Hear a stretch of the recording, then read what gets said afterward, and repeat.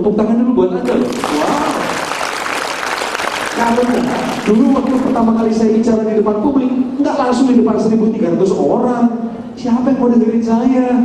Enggak. Dulu saya memulainya waktu kecil, umur 6. Di depan keluarga saya, gara-gara adalah satu kebiasaan orang Batak, namanya mandok hata. Tahu nggak? Tuh, yang ketawa pasti orang Korea. Mandok hata itu adalah momentum di mana kami anak-anak tuh harus ngomong di depan orang tua, mengucap syukur, mendoakan. Aduh, saya paling males dulu kalau disuruh mandok hata. Ampun deh. Tapi gara-gara dibiasain, lama-lama jadi terlatih. Kayaknya ngadepin orang biasa aja ya. Orang lain sampai gemeteran, kita mah biasa karena sudah dilatih gitu loh. Public speaking juga membawa perjalanan karir saya sampai go internasional.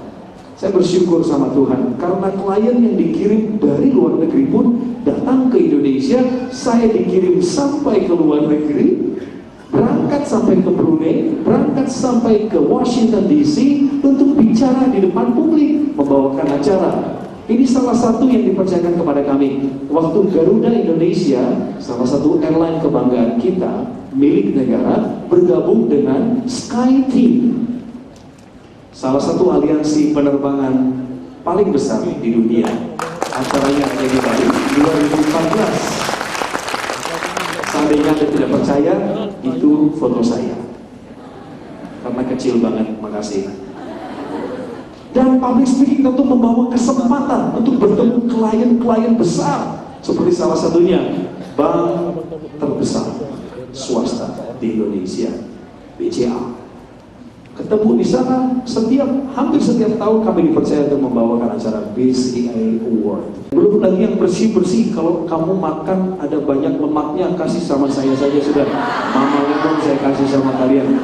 Menarik pengiklan. Kalau pengiklan datang kita kerja buat mereka, rezeki juga barokah buat di rumah. Katakan amin, betul nggak? Iya dong. Kenapa? Karena ada skill di situ. Saudara jangan terlalu mengandalkan otak untuk tulis-tulis angka, kemudian rancang-rancang, tapi lupa mengasah soft skill. Suatu saat saudara jadi pemimpin, entah di kantor, marketplace, atau sebagai pemimpin di birokrasi, saudara harus bisa mempengaruhi orang secara positif. Kita mulai. Kita mulai. Tadi belum mulai, itu baru muka dimah aja. Ini batang tubuh, saudara. Ntar lagi kita masuk UUD. From Nexus Job Outlook 2006, ini datanya masih relevan Bapak Ibu. Supaya Bapak Ibu di sini yang akademisi dan mahasiswa yang kritis, tidak hanya melihat, Coki memang anugerahnya begitu ya, memang rezekinya dia ngomong. Gak pakai data, gak bisa Pak. Saya cinta dengan akademika. Kami conduct seminar di depan profesor Pak, di depan doktor, dan saya mengajar juga di kalangan akademisi. Jadi harus ada bukti dan datanya ya. National Association of Colleges and Employers, mereka bilang begini datanya. The top 10 skills employers look for. Saya adalah pemberi kerja bagi karyawan dan partners. Jadi kalau saya rekrut orang, saya harus minimal cari orang ada 10 kriteria ini di dalam diri dia, supaya dia dipekerjakan buat kami. Apakah itu? Kalau Anda adalah orang yang detail, Anda bangga dengan ketelitian saudara bilang, saya orangnya detail Pak, gaji saya yang besar, saya akan melakukan semua analisa secara menyeluruh. Jangan terlalu bangga. So, itu urutan ke-10 yang dicari perusahaan. Urutan 9-nya adalah yang punya kemampuan komputer. Bukannya komputer susah Pak? Iya, tapi kalau saudara hidup di tahun 88, kerja buat IBM waktu itu, bisa operasikan WS, DOS, oke? Gajinya langsung 22 juta di muka tahun 88. Ya, hari ini, di sini masih pada pakai handphone yang polifonik. Ada yang polifonik yang kalau bunyi ting ting ting ting ting. Rata-rata semua layar sentuh ya, betul ya. Tak itu komputer istrinya. Jadi kalau jago itu Pak Bu tenang aja, itu komputer. nggak terlalu dicari sama orang kantor sekarang. Urutan 9. Oh, Mas Coki, supaya orangnya punya motivasi kuat. Ini saat saya besar, saya akan lakukan terobosan. Iya, sabar. Kamu ada di urutan ke-8.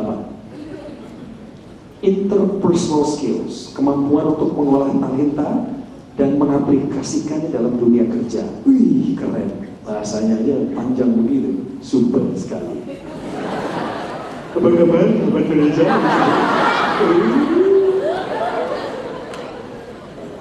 Apakah yang di urutan ke-6?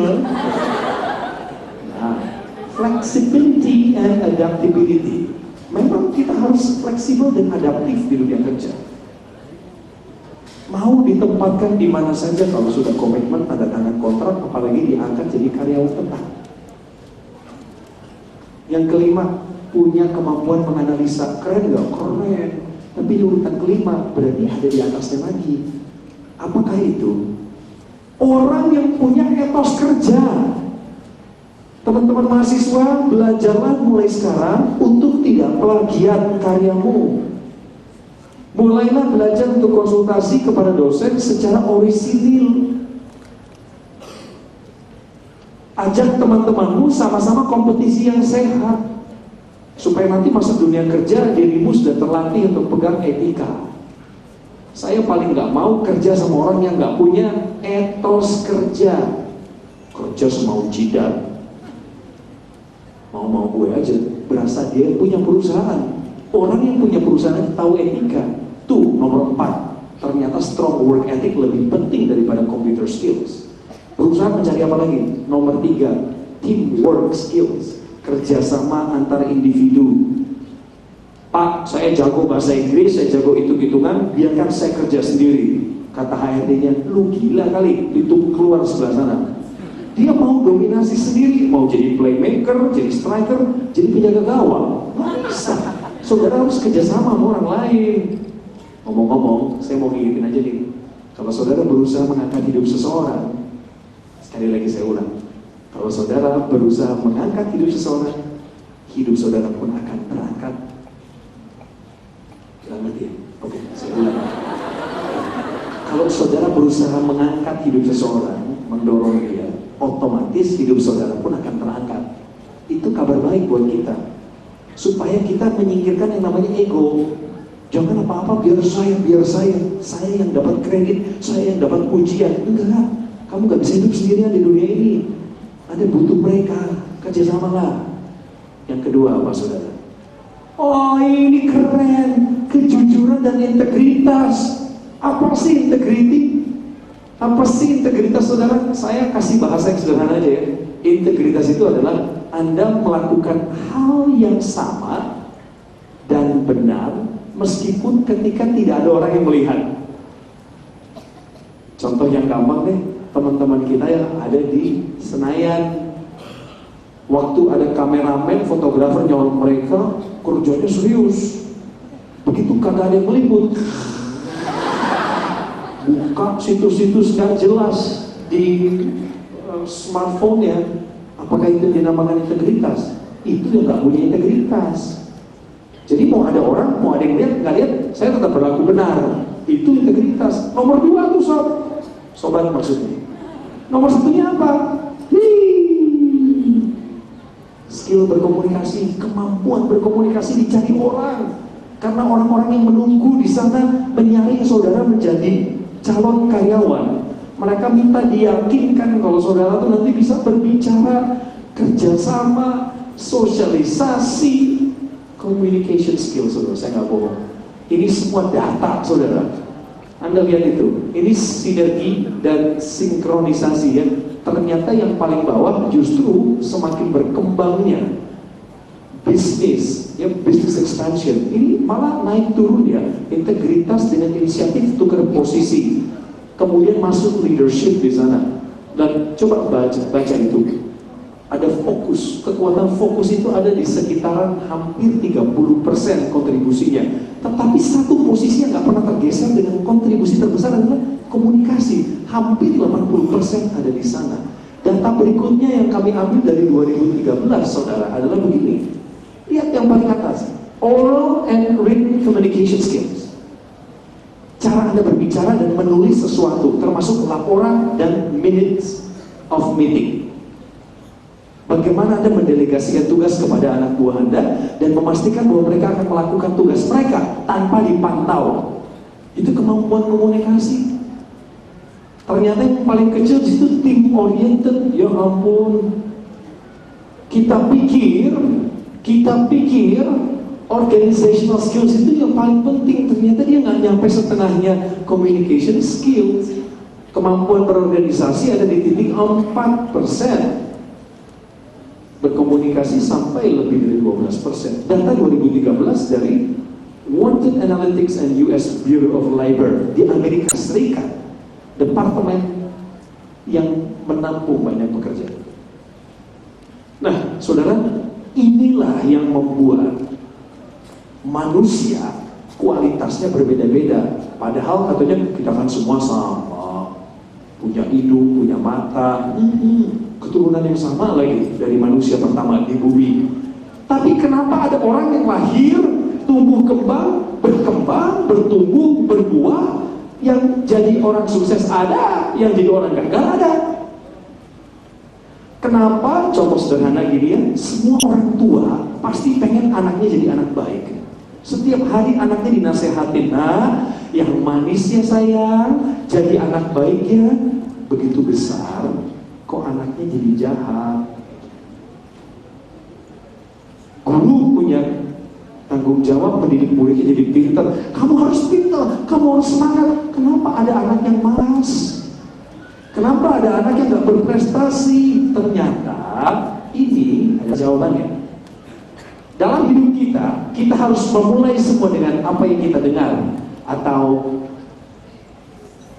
dengar, ucapkan. Perkataan kita menentukan benih hidup. Makanya saya bilang saudara dari tadi, perkataan Anda bisa membuat orang menjadi hidup, bisa membawa kematian bagi yang mendengarnya. Jangan pernah ucapkan perkataan negatif, apalagi mengutuki seseorang, berbahaya. Bisa jadi hidupnya berada di bawah perkataan Anda. Tapi bangkitkan semangat dia, maka dia akan menjadi orang yang keluar dari tekanan karena semangat. Saudara, say and habit, perkatakan dan jadi kebiasaan. Itu goal kita ya. Habit itu, kebiasaan adalah goal kita. Say adalah public speaking. Jadi pertanyaan saya tadi, kenapa ada anak yang selalu dibilang yang rajin ya, yang sukses tapi nggak sukses? Kenapa ada anak yang dibilang sama orang tua yang baik ya, yang manis ya, ternyata jadi anak jahat atau batu, nggak keturunan? Kenapa? Karena ternyata apa yang dikatakan oleh seseorang, say, ini ada proses komunikasinya saudara. Apa yang dikatakan seseorang belum tentu didengar sama orang lain. Saya ngomong panjang lebar tentang public speaking ya, tapi saya yakin saudara punya banyak